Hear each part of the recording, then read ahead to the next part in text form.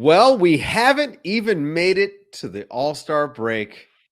And Mo, we have a coach firing already. Adrian Griffin is out as the head coach of the Milwaukee Bucks. He's only in his first year. They're second in the East. They're second best offense in the league. Mo, what happened? Dave, we haven't even made it to the announcement of the All-Stars.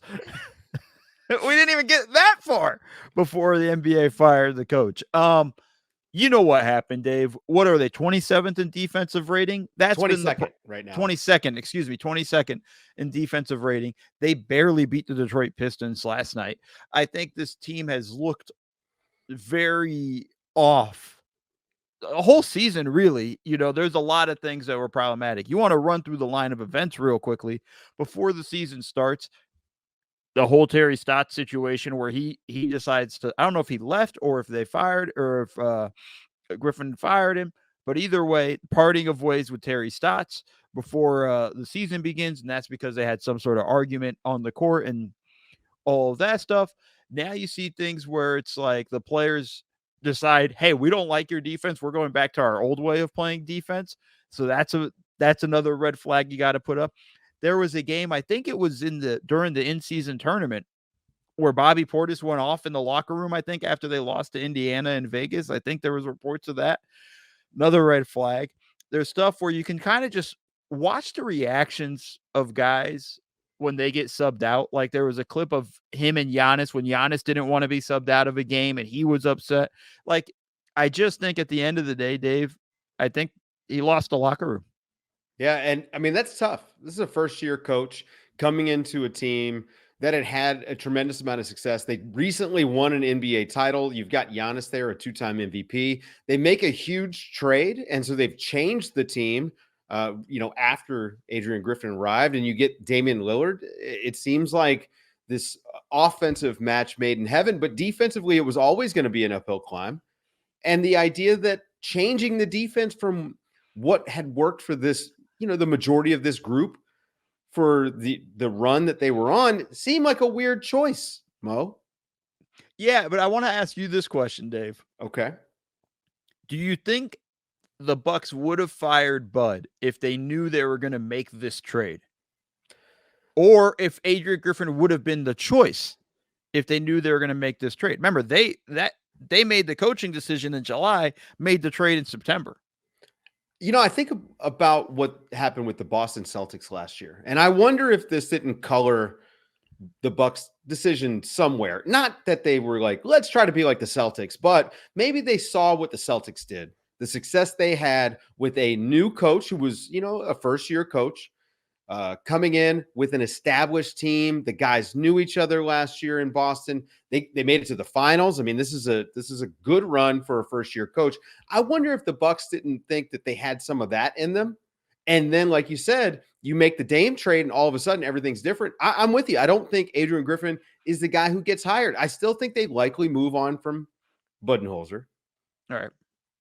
But I think that they're likely not going with a first-year guy.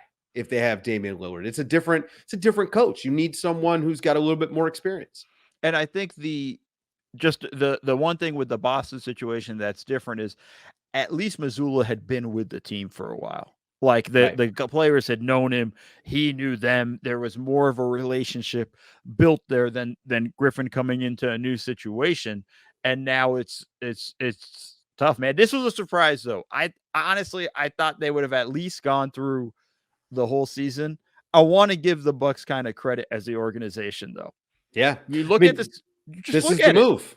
You look at it and you go, they don't have a lot of assets. It's not like I feel like they can go make a trade somewhere and get better defensively. And I think the situation is, hey, we can't waste a season. Giannis is all right. He's in his prime, but Dame's not getting any younger. We don't know what's going on with Middleton health-wise. I think for them, it's just, hey, we can't waste this season. This is a big decision, and they made a pretty big gutsy move, and now they're going to be looking for a coach. This isn't that different than the Cavs firing David Blatt and bringing in Ty Lue. Now, granted, Ty Lue was on their staff, right, so it was a little bit easier, seamless transition, but it's not that big of a difference. Yeah. I mean, this is probably going to be a situation that's more like what happened in Atlanta, where Quinn Snyder comes in kind of late. You start establishing your principles, and you're hoping to make a run.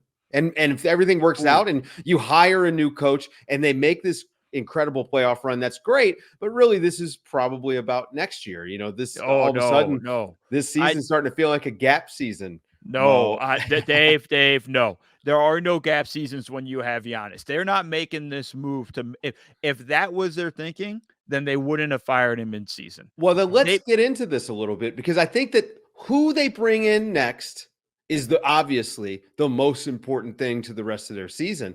And Mo, we've already heard one name, a guy who was just coaching last season, coaching an MVP last season. Doc Rivers' name immediately after the news comes out that Adrian Griffin's fired. Doc Rivers' name is mentioned on social media as being a possible candidate to replace him. And, Mo, you work with Doc Rivers. You know Doc Rivers well as a coach. Like, we've been following him together through multiple stops. How do you like Doc Rivers as a fit there as a head coach?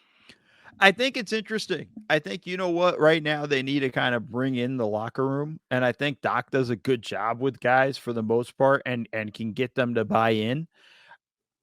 He comes in with the cachet, at least, of, hey, I've won a championship. I've been pretty close with other teams and things like that. We know the playoff record with Doc is not that good and all of those things. But I think he comes in with a little more cachet that I think really kind of helps him and a little bit of an aura. And he's charismatic. I think he'll win the players over for a while. I think he'll have them going. And honestly, Dave, I think that's their best option. I don't know if there's anybody out there, names wise that we can think of. I've got a couple of names here, Mo. I want to see what you think about it. A couple of names that have a little bit of a relationship with this team.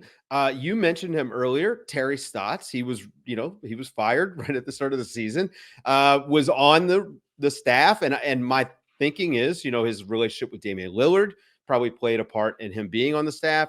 He knows Dame very well, but he presumably would know these guys from spending time in training camp and whatnot.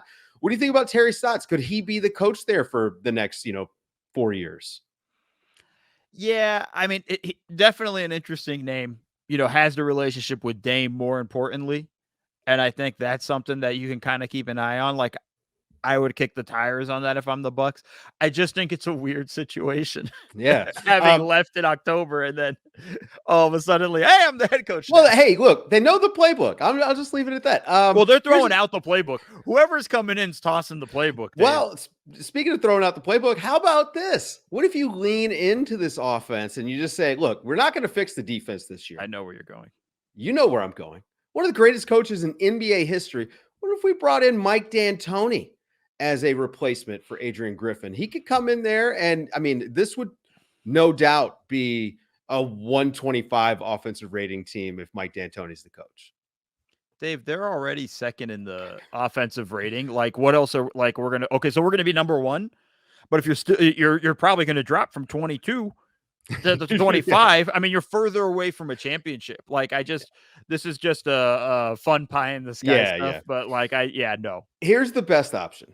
Okay. You can't invent a time machine, so you can't go back and undo it.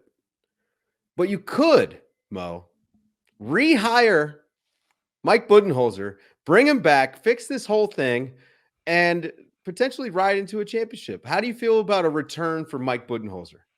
Honestly, I think if I'm the Bucks, that would have been my first call. Hey, man, we messed up.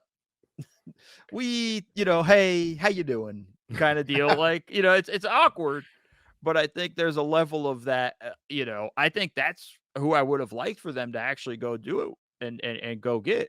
I just don't see that happening. I also don't know if Bud would be that interested in coming back. I mean, Bud's chilling on a beach somewhere, I hope, with a little drink with an umbrella in it and just relaxing right now. I hope so too.